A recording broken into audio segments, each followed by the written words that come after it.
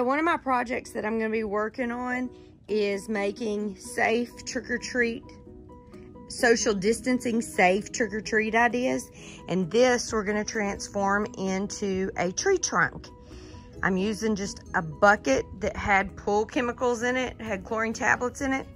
And it may end up being in a different bucket because I'm going to fill it with dirt, or you could put big rocks down in it before you zip tie it.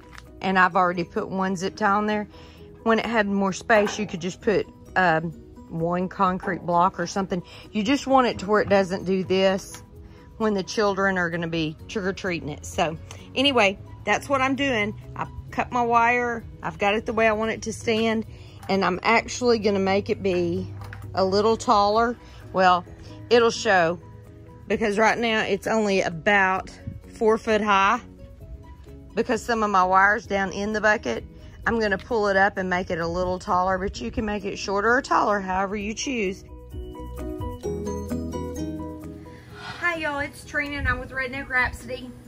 Yeah, I'm not real cute today. I didn't plan on being on camera, but I did find a little time to work on this project for my Halloween hollow tree, which will give us a social distance safe way to get our trick-or-treaters some treats. I have a few links that are Dollar Tree and Amazon for this project.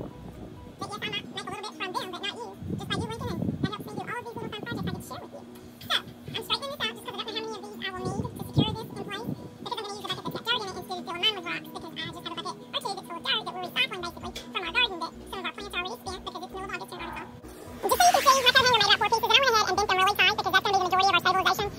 Although I'm going to cover the outside of all of this with my felt, I may go ahead and do. So if your bucket happens to not have holes right here, I suggest drilling you some holes if you just go get a bucket at a home improvement store. If you use a trash can and you filled your trash can with dirt or rocks, you could drill holes in it. If not, if it has a lip, you could bungee through here, and I suggest going to the first the highest wire that's above the lip to bring the weight and the pressure down onto the stabilization part.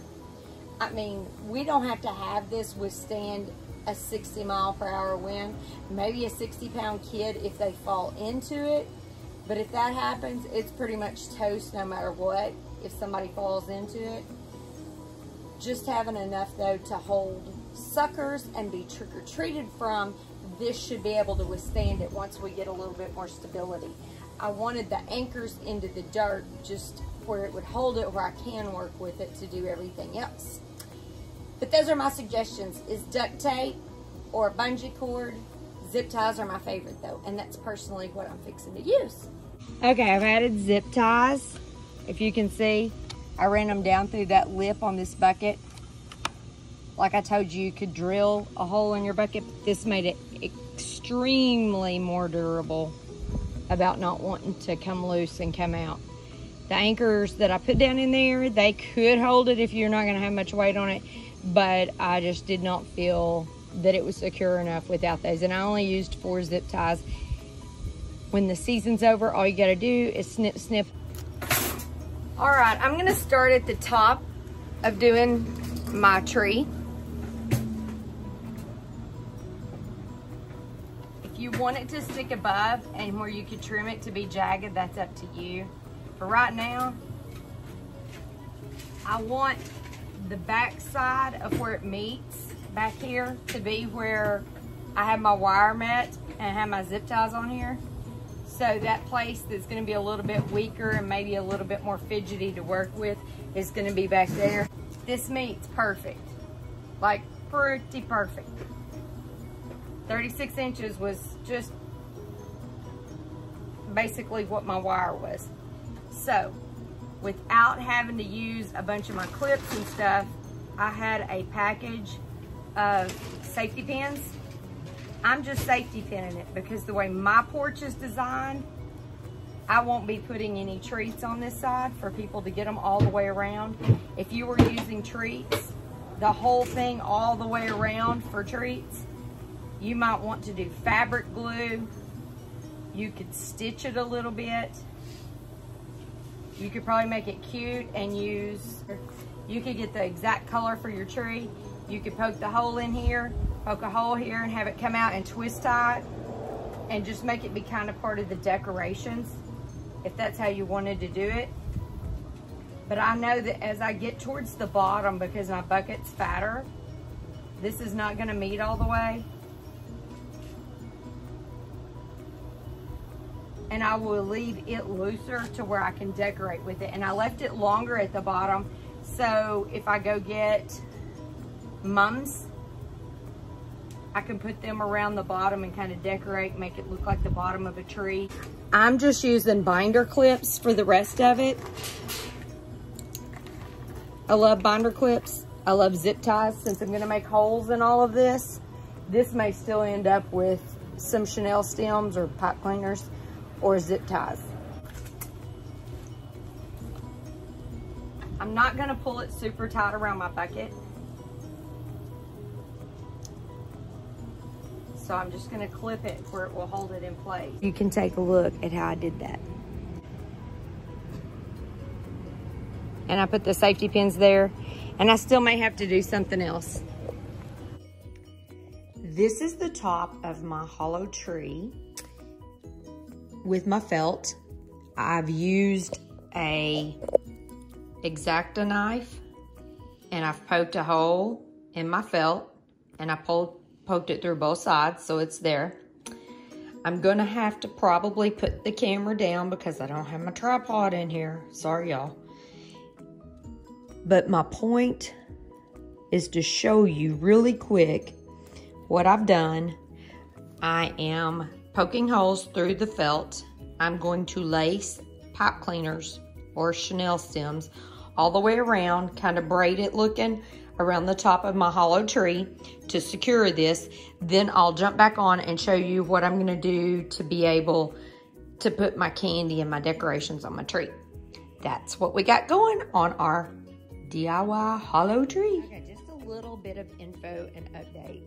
I kind of tied that piece off, and yeah, I know this looks weird because I'm standing up above this and you can see down in it, but I want you to be able to see. I took that piece of pipe cleaner when I got to the end of it and just wrapped it around the wire. And the first one I kind of tied off a little bit over here around that one. So I'm about 3/4 of the way. It's gonna take 3 to 4 pipe cleaners. I'm just going around a little at a time working on this. Alrighty, I've been working on my hollow tree project. That's for my Halloween social distance safe way to trick or treat. There are a few things that I have tried that have not all worked as well. And I did not want to work outside in the Arkansas heat today, so you'll have to excuse the mess. My 2 helpers over here, they're getting a lot done. You can tell they are working hard at it, I'm just saying. But I braided the top with Chanel stem pipe cleaners. And to keep this, when I start poking my holes, to put my suckers in it, because I'm gonna do it with suckers, but you wouldn't have to. If I wanted to do these backwards, I could definitely do them backwards and leave my twist part, which I'm just gonna show you down in here. I cut my stems in 4s to do this. You could just cut them in half if you wanted it left longer. And you could actually, like I said, put it through there backwards and make this part stick out the other side. And you could twist it, candy in that. If you wanted to do, you know, like a miniature candy bar or gift bags or whatever. I'm not wanting to put a lot of weight on this because I'm not gonna do this real heavy. If you can see that, I'm doing every other one of the cross pieces. Let's see if I can flip this around where you can see it. I'm doing every other one of the cross pieces. And then down below, I'm doing the alternating on the next set. So like there's that one, these 2, then that one, and that one. So it kind of shows you. And of course, I am so long armed. You know, I can't go whoop all the way down my bucket. So I'll just do a few of these. I'm probably going to, for time purposes and getting a picture out there and showing everybody how to do this, do like the front half. And then before Halloween, if we're gonna use it, I'll go ahead and finish it up the rest of the way.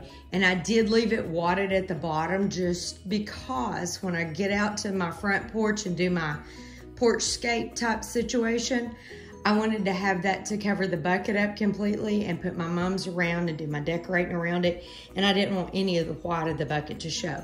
But that's what it's starting to look like for my hollow tree.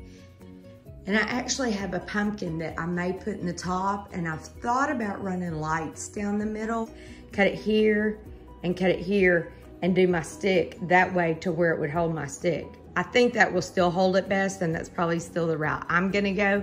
But this is just to give you ideas and options for what would work for you and your social distancing this Halloween to where you can trick or treat your little people in the neighborhood and not have to touch all of them. Maybe sit on the front porch or inside and keep the window up and just talk to them when they come, but not have to have hands on and like everybody right up in your face. So that's what I'm working on this week.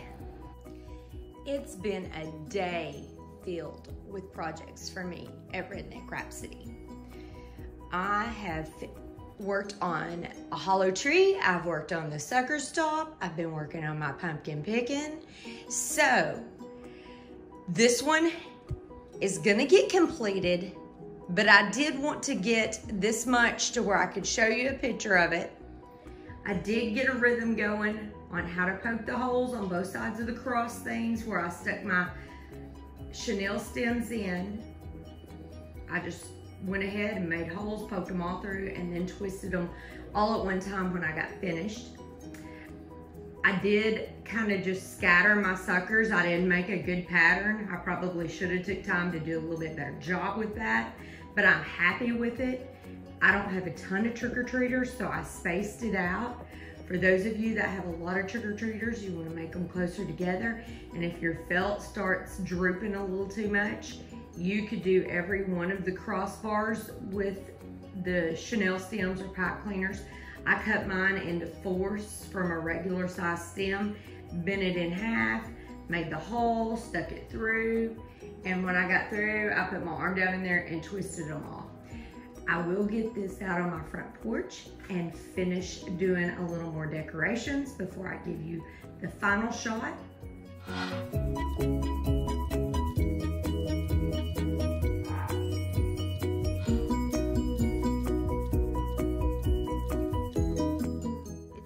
Redneck Rhapsody, and I have wrapped up a few of my social distance safe Halloween trick-or-treat ideas.